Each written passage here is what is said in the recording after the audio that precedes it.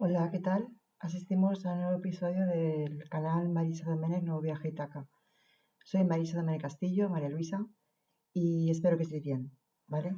Dicho esto, voy a hacer una primera parte, en realidad voy a hacer dos partes del libro que voy a tratar ahora. La primera es esta, y la segunda la haré posteriormente, porque todavía no estoy leyendo el libro y voy aproximadamente, pues no llega a la mitad. Y se trata, ni más ni menos, que de la segunda parte de La Catedral del Mar, que ya os reseñé. Los herederos de la tierra, de Ildefonso Falcones. Y no quiero emplear muchos spoilers, sí los necesarios, para que la semántica y el hilo conductor de la trama principal y las subtramas pues no decaigan a la hora de explicar la reseña. Pero tengo que deciros que es un libro que no es del todo continuista de la primera parte. Tiene una brecha, digamos, en la muerte de uno de los principales personajes, Arnau Estañol, hijo de Bernat Estañol, que aparece en los primeros capítulos de la primera parte. Y es un spoiler que es necesario hacer para especificar que este hilo conductor va en paralelo, aunque sí que aparecen algunos personajes y entra dentro del mismo contexto de Barcelona, del condado de Barcelona. Una vez muerto Pérez II de Ceremoniós, creo que es autor de una de las crónicas. Y también pues se narran las vicisitudes durante el reinado de su hijo Juan, creo que de Mallorca, que tampoco tiene una continuidad en el reinado. Luego a reinar el rey Martín, es hasta donde voy. El contexto histórico es el mismo, digamos, pero han pasado unos años. La acción empieza en 1387 de la segunda parte y bueno, empieza entre el mar y la tierra. Tiene una segunda parte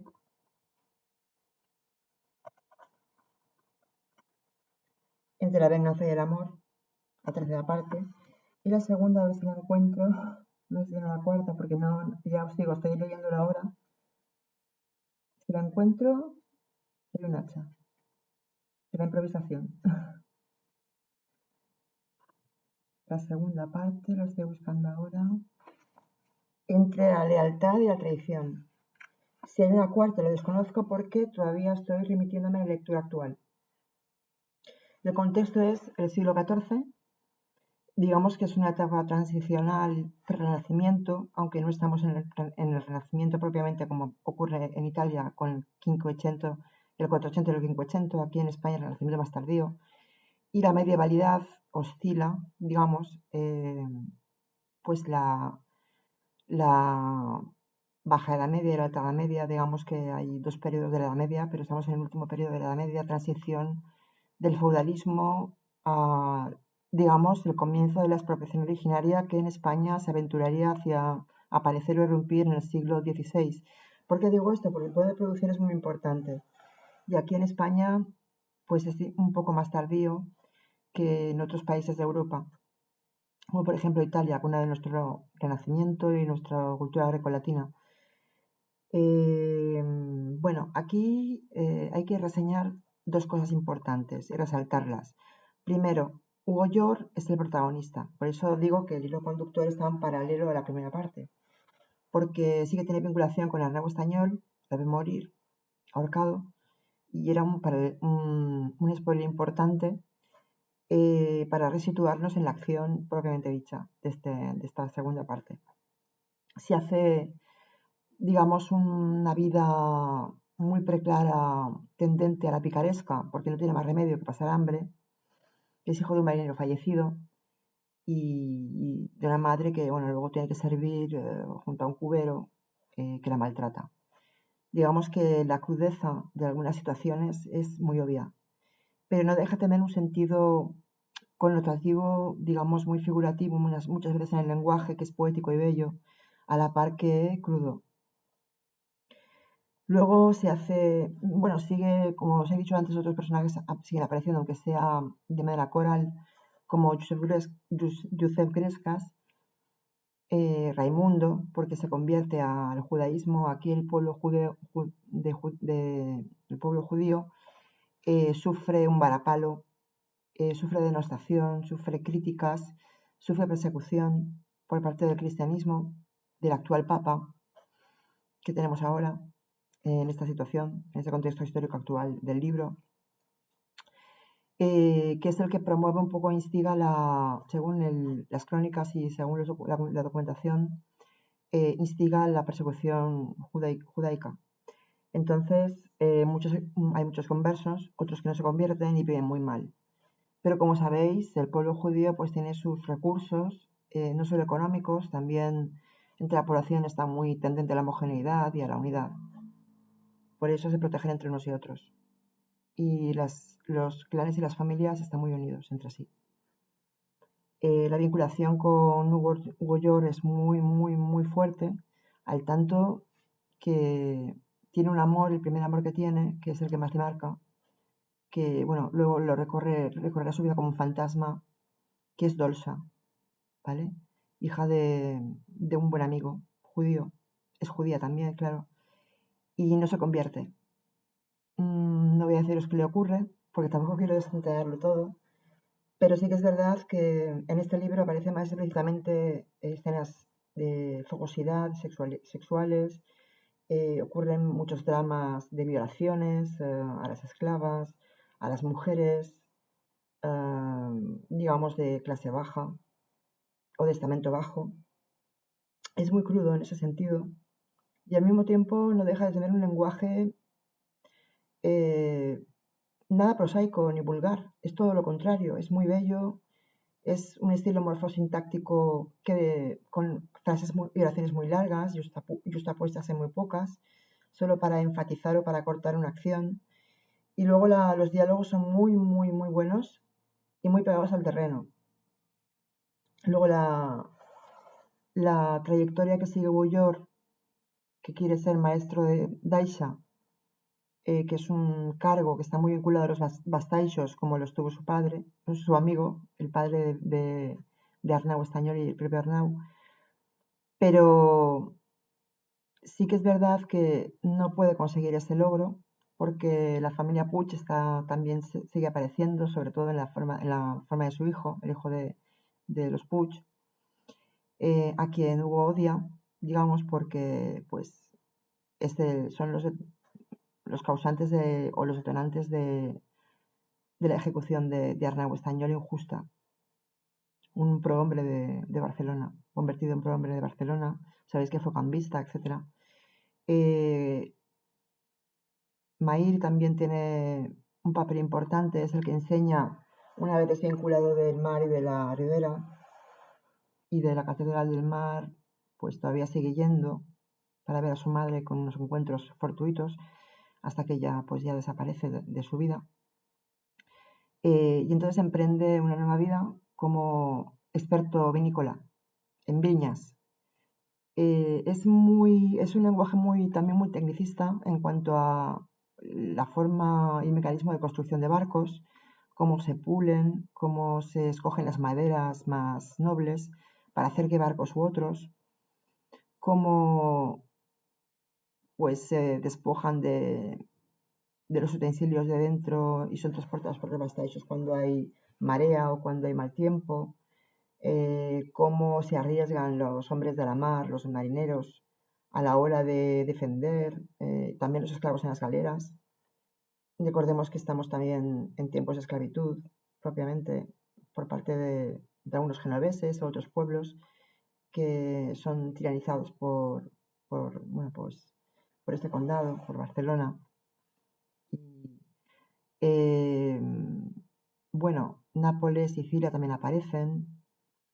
No sé, el contexto histórico no lo he averiguado con mucha rotundidad, pero sí que puedo deciros que no sé si es la corona de Aragón la que está unida a Mallorca, no sé si está unida a Valencia, creo que Valencia está desapegada. En el siglo XIV tampoco tengo mucha idea de historia, pero narra muy bien todos los acontecimientos de reinados y de la práctica social de muchas clases o gremios, de trabajadores o de gremios. desde orfebres hasta, pues no sé, pescadores, hasta de todo tipo de artesanos, porque la industria es muy importante en Barcelona en esa época. Hemos pasado de la etapa de la peste, en la primera parte sí que se ahonda mucho en ello. Y bueno, este trabajo, este oficio de viñerista o vinícola por parte de Hugo Llor le va a traer grandes satisfacciones y Mair va a ser uno de sus maestros. Luego Mair desaparece porque se persigue a los judíos también muy focalizadamente en su barrio. El Beguer no puede hacer nada porque se supone que el reinado de Juan también les protegía por intereses economicistas. Bueno, es muy detallista en muchos aspectos de este libro. Yo os lo recomiendo encarecidamente. El autor espero me perdone por si he desgranado muchas cosas. Bueno, ya os hablé en la primera parte del autor. Es un reputado abogado y escritor que tiene otros libros en su haber. Pues documentales en internet al respecto y en su propia página web y en otras páginas especializadas. Y yo os puedo decir de este libro que me ha encantado lo que estoy leyendo. Me está encantando. Quiero decir que el lenguaje propio de cómo se cultivan los viñedos, cómo los vinos añejos y son diferentes a los vinos curtidos en años por barricas y qué tipo de barricas, qué tipo de material de las cuvas, cómo se, pues se parte de la propia planta una parte para volverla a plantar y que pueda florecer sin que la cosecha se pierda definitivamente, cómo se incuba esa planta para hacer un vino viejo de 3 a 4 años, tal y como hacían los antiguos romanos, según decía Goyor, y apellido del maestro Maír. Y todo eso es muy específico y muy exhausto. Es un lenguaje, ya os digo, muy tecnicista y muy especializado, ¿vale? En algunas cuestiones, como de los oficios o como de las prácticas sociales y de la lucha por la producción que se llevaba en esa época. Bueno, los personajes sufren dramas. Bueno, yo creo que lo que más rompe es al principio, en los primeros capítulos, eh, cuando Arnau Estañol pues ya tiene que acabar su irrupción por esta parte de la historia, porque es ejecutado injustamente cuando es delatado por la mujer del padre bueno, la mujer del principal clan de la saga familiar de los Puig.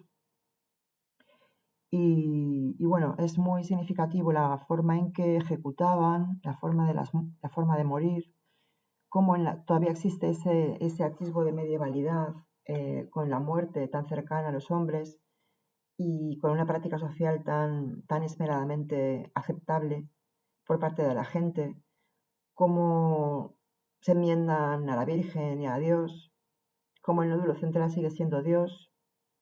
Todavía no ha aparecido el humanismo, recordemos, estamos en el Renacimiento, en España por lo menos.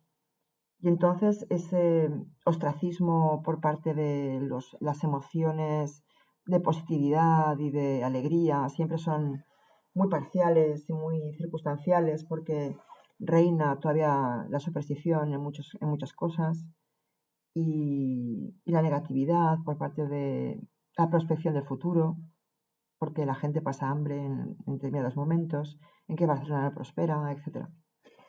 Bueno, yo lo digo así en plan muy sui generis porque creo que si os leéis el libro os daréis cuenta más al detalle de muchas circunstancias, situaciones y el propio contexto histórico, social, político y cultural. Yo solo quiero recomendar este libro en esta primera parte para hacer una aproximación, un acercamiento a lo que todavía queda por venir, porque queda mucho.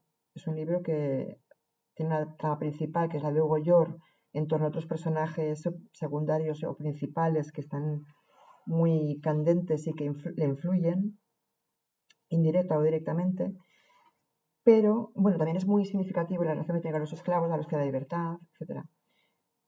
Una esclava mora que tiene, etc. Quiere decir que es muy completo en cuanto también a los perfiles de los personajes, porque los desentraña y porque a nivel emocional yo creo que tiene un impacto muy revelador.